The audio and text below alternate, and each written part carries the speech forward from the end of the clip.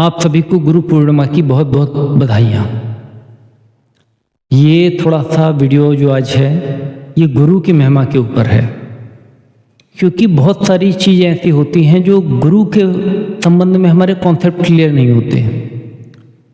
हमको क्यों गुरु बनाना चाहिए, गुरु की आवश्यकता क्या है, गुरु से हमको किस चीज़ की प्राप्ति होती है। अगर हम गुरु ना बनाए तो ये सारे दृष्टिकोण आध्यात्म की दृष्टि से आज मैं आपसे चर्चा करना चाह रहा हूं।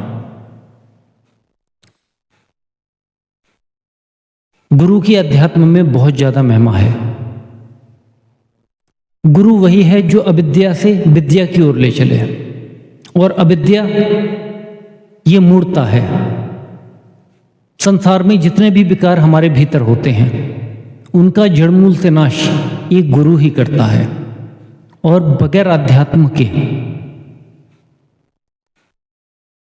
गुरु की महिमा को समझा नहीं जा सकता, और भगवान की कृपा के बगैर गुरु नहीं मिलता।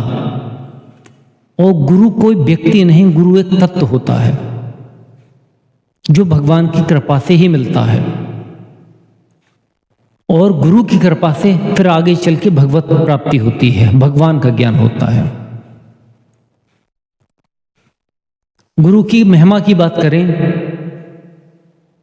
तो गुरु की महिमा अपार है, अनिर्वचनीय है, जिसके बारे में व्याख्या भी नहीं करी जा सकती। मगर कुछ जितना मैंने सुना है, पढ़ा है, देखा है, उस हिसाब से अगर मैं आपको बताऊं तो यहां तक कहा गया है, चाहे शिव बिरंच सम होई, गुरु बिन नौनिधि तरे न कोई। मतलब शिव के समान कोई तपस्वी भी हो, उतनी तपस्या करने वाला भी हो, मगर वो अगर गुरु के अधीन नहीं है, गुरु का कृपा पात्र नहीं है, तो वो अध्यात्म की वो ऊंचाई प्राप्त नहीं कर सकता जो गुरु कृपा से प्राप्त होती है। यहां तक कहा जाता है कि भगवत प्राप्ति बगैर गुरु के संभव ही नहीं है।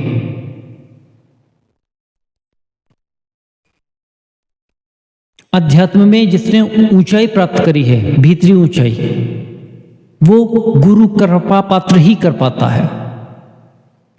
कुछ एक उदाहरण ऐसे देखने को मिलते हैं कि जिन लोगों के गुरु नहीं थे, मगर उन लोगों की स्थिति बिल्कुल अलग थी। पूर्व जन्म के बहुत गहरे संस्कार लेके वो लोग पैदा होते हैं, महापुरुष, जिनकी पूरी यात्रा पहले ही कंप्लीट हो चुकी होती है। वो यात्रा करने नहीं, वो मार्ग दिखाने आते हैं।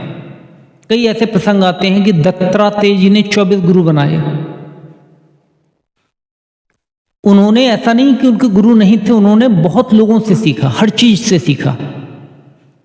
कुछ लोगों के ऐसे गुरु नहीं थे प्रकट रूप में, मगर उन्होंने बहुत सारी चीजों से सीखा, हर चीज को साधन बनाया।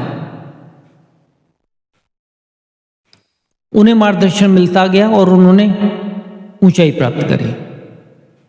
तो अध्यात्म का मार्ग बगैर गुरु कृपा के नहीं प्राप्त किया जा सकता।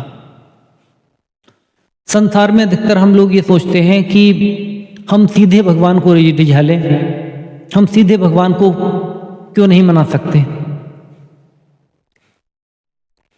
इसमें कुछ बातें समझने की जरूरत है कि भगवान को प्राप्त तो करना ही नहीं है, भगवत प्राप्त तो हम ऑलरेडी हैं। क्योंकि हमारे अंदर जो भी चैतन्यता है, जो भी चैतन्यता है, जो भी दिव्यता है, वो परमात्मा से ही है। जो भी हम देख रहे हैं, सृष्टि में अनुभव कर रहे हैं, वो भगवान का जो तत्व हमारे भीतर विराजमान है, हम उससे ही कर रहे हैं। मगर वो तत्व विराजमान होने के बावजूद भी हमारी दुर्गति नहीं रुक रही। इसका कारण सिर्फ अविद्या है कि हम अपना अनुभव नहीं कर पा रहे हैं। अब जब गुरु रूप में वही परमात्मा तत्व आके हमें मार्गदर्शन करता है हमारा, और ये बताता है कि ये करना है, ये नहीं करना है, अध्यात्म में हमको ऐसे चलना है, और उन वचनों का हम पालन करते हैं, तो उनके वचनों के पालन करने से हमारे अहंकार का जड़मूल से नाश होता है। और जब अहंकार जड़मूल से नाश हो जाता है तो स्वयं के भीतर हम उसी तत्व का अनुभव कर लेते हैं। गुरु से हमको गुरु मंत्र मिलता है, जो आचार्य परंपरा से चला आता है, सिद्ध मंत्र होता है।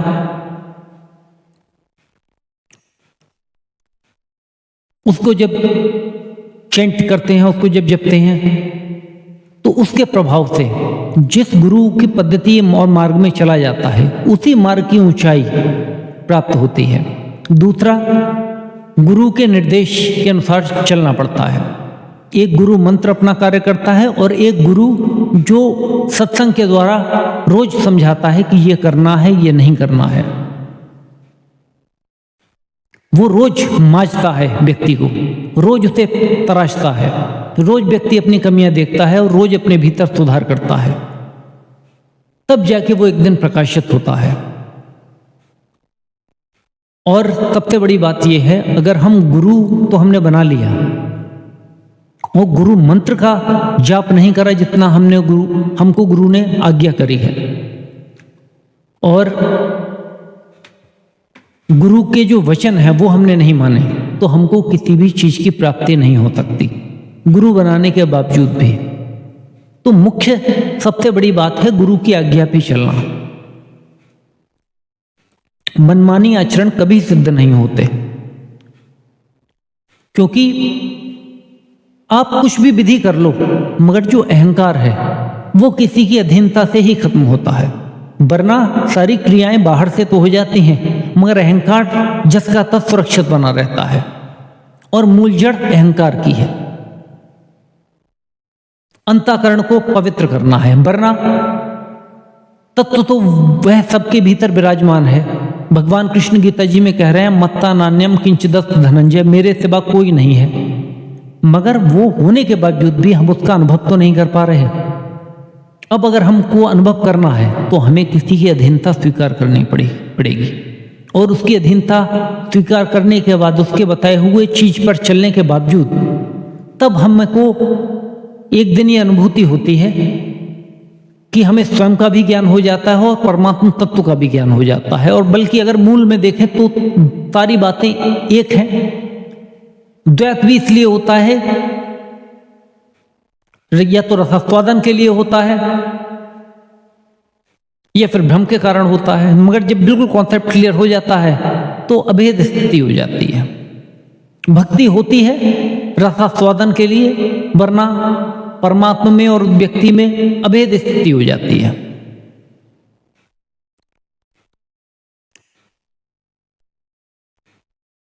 इसीलिए बहुत गुरु की महिमा गाई गई है, और गुरु के बताए मार्ग पर चल के ही कोई वाकई में स्थिति प्राप्त करता है।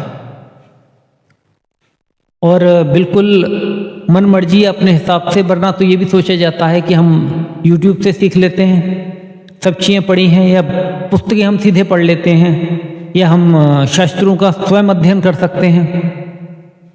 मगर हमारी इतनी क्षमता नहीं है कि हम शास्त्रों का स्वयं अध्ययन करके उनसे कोई निचोड़ निकाल पाए, और निचोड़ भी निकाल लिया तो भी फिर उस भक्ति का अभिमान हो जाता है, उस ज्ञान का अभिमान हो जाता है। अब उस अभिमान को कौन तोड़ेगा? वह गुरु ही निर्णय करता है कि एक व्यक्ति में क्या परिवर्तन करना है।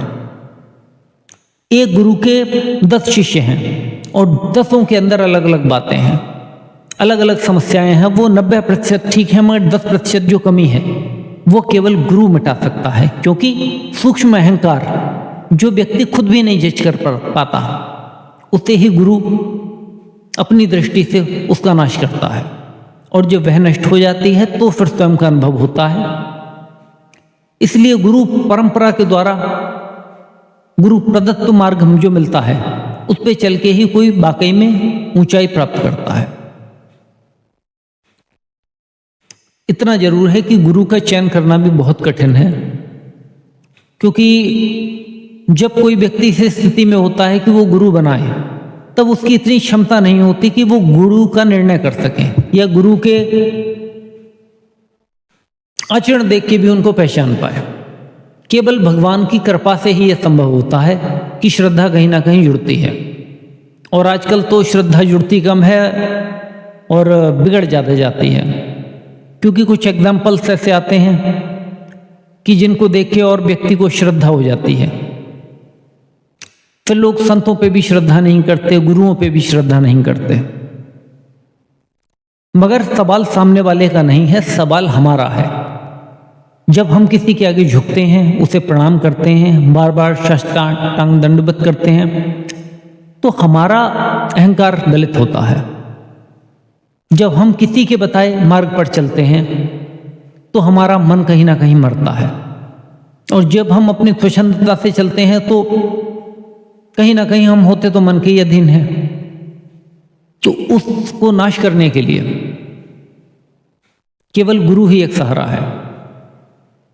जैसे एक उदाहरण आता है, एक कहानी है कि एक बार एक बहुत बड़ा राजा था। वो एक सिद्ध संत के पास गया और बोला कि मैं भी चाहता हूं कि मैं आपके मार्ग पर चलूं और मैं भगवत प्राप्ति करूं। तो गुरु ने आज्ञा करी कि तुम एक काम करो, सारे वस्त्र यहीं छोड़ दो, एक डिब्बा ले लो, उस डिब्बे में टॉफियां डाल लो और उस डिब्बे को बजा के हुए पूरे नगर में निकलो। तुम्हें लोग इस हालत में देखेंगे तो लोग ईंट पत्थर मारेंगे। तो बोले जो भी तुम्हारी हंसी मजाक उड़ाए या तुमसे जो भी कहे, तुम कुछ नहीं करना है, मुस्कुरा के उससे एक टॉफी दे देनी है। जब वो राजा वहां से गए तो गुरु के शिष्यों ने कहा, गुरुदेव ये कुछ ज्यादा नहीं हो गया? उस राजा की इतनी प्रतिष्ठा है और उसी के नगर में जाके इस हालत में उसे भेजना क्या गलत नहीं है? मगर गुरु ने उस टाइम कोई उत्तर नहीं दिया। जब वो लौट के आया राजा अगले दिन, तो गुरु के चरणों में गिर के रो पड़ा। गुरु ने कारण पूछा तो शिष्य ने खुद जवाब दिया कि मैं आपके पास साथ हो गया था, मैं इस मार्ग में चलना चाहता था, मगर मेरे मन में एक बहुत बड़ी कठिनाई थी कि मेरे अंदर जो पद का अहंकार है, जो लोगों की नजर में मैं एक शासक हूं, राजा हूं, इतने सब भगवान को मैं कितने सालों में मिटा पाऊंगा, और आपने 24 घंटे में नष्ट कर दिया। अब कुछ भी नहीं रह गया, तो पूरा अहंकार वैसे ही गलत हो गया। देखने में कुछ चीजें खराब लगती हैं, मगर मन पे उनका कितना गहरा काम होता है। और सारी स्वतंत्रता या परतंत्रता मन से ही है। जब कोई व्यक्ति मन से स्वतंत्र हो जाता है तभी वह पूर्ण स्वतंत्र होता है।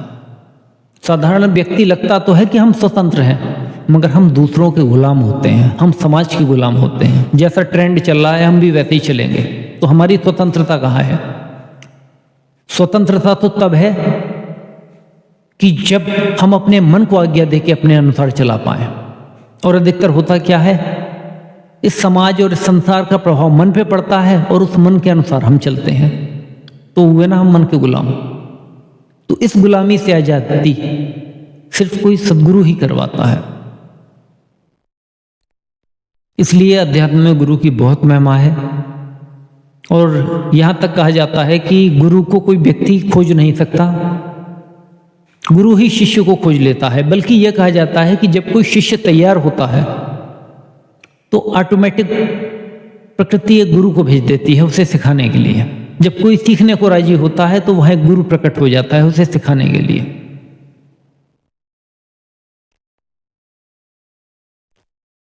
तो गुरु की बहुत महिमा है। गुरु के प्रति बहुत अच्छा भाव रख के चलना चाहिए, तभी अध्यात्म में सिद्धि प्राप्त हो सकती है। एक प्रसंग और मैं आपको सुनाना चाहूंगा। एक नामदेव का प्रसंग आता है। नामदेव बहुत बड़े सिद्ध संत थे। बचपन में उन्होंने भगवत प्राप्ति भी कर ली थी, मगर भगवत प्राप्ति के बाद भी एक संत की सभा में वो गए। उनके संग कुछ किसी ने भद्रता करी उन्हें जांचने के लिए, और नामदेव जी को बहुत गुस्सा आ गई। नामदेव जी चीख पड़े। तो जिसने उनकी परीक्षा ली थी उन्होंने कहा अभी कच्चे हो। तो नामदेव जी को ये बात बड़ी दिल पे चोट कर गई। वह एकांत में भगवान के पास गए और भगवान से बोले, क्या भगवान आज भी मैं कच्चा हूं? मैं तो आपका साक्षात्कार करे हुआ हूं, और साक्षात्कार करने के बाद तो सुना है कि हर व्यक्ति पूर्ण हो जाता है। भगवान बोले हाँ हो तो कच्चे। तो बोले आपके दर्शन के बाद भी? तो बोले हाँ। तो बोले प्रभु फिर ऐसी कौन सी कमी है? बोले अभी तुमने प्रकट में गुरु नहीं बनाया, इसलिए कच्चे हो। भगवान आदेश करते हैं, भगवान आदेश करते हैं गुरु बनाने के लिए। तब नामदेव ने एक गुरु का वर्ण करा, और गुरु का वर्ण करने के बाद फिर उनकी स्थिति, जबकि बचपन में ही भगवत प्राप्ति उन्होंने कर ली थी, मगर भगवत प्राप्ति के बावजूद भी, क्योंकि भगवान दर्शन देके पाप का नाश कर सकते हैं, मगर पाप की प्रवृत्ति का नाश वो कोई गुरु ही करता है। इसलिए गुरु की बहुत महिमा है। भगवान कृष्ण ने भी संदीपनी जी को गुरु बनाया, और श्री राम लक्ष्मण जी ने भी वशिष्ठ जी को गुरु बनाया। तो गुरु की परंपरा भारतीय जगत में बहुत पुरातन है, और इसके प्रति दृष्टि रखनी चाहिए, इसके प्रति भाव रखना चाहिए, तभी कोई व्यक्ति महान बन सकता है, वरना आचरण उद्दंड रहेंगे ही रहेंगे। मन मर्जी से अहंकार बढ़ता जाता है, और वही आज समाज में देखने को मिलता है। ये तो अध्यात्म गुरु की बात हो रही है, मगर आज के समय में तो लोग अपने शिक्षकों तक का सम्मान नहीं करते, उनसे भी उद्दंडता करते हैं। मगर गुरु के प्रति बहुत करुणा का भाव रखना चाहिए, बहुत श्रद्धा का भाव रखना चाहिए, और श्रद्धा पे चल के ही कोई सिद्धि प्राप्त कर सकता है। मेरी बात को इतनी बहुत प्यार से सुनने के लिए बहुत बहुत आपका धन्यवाद, बहुत बहुत धन्यवाद आपका।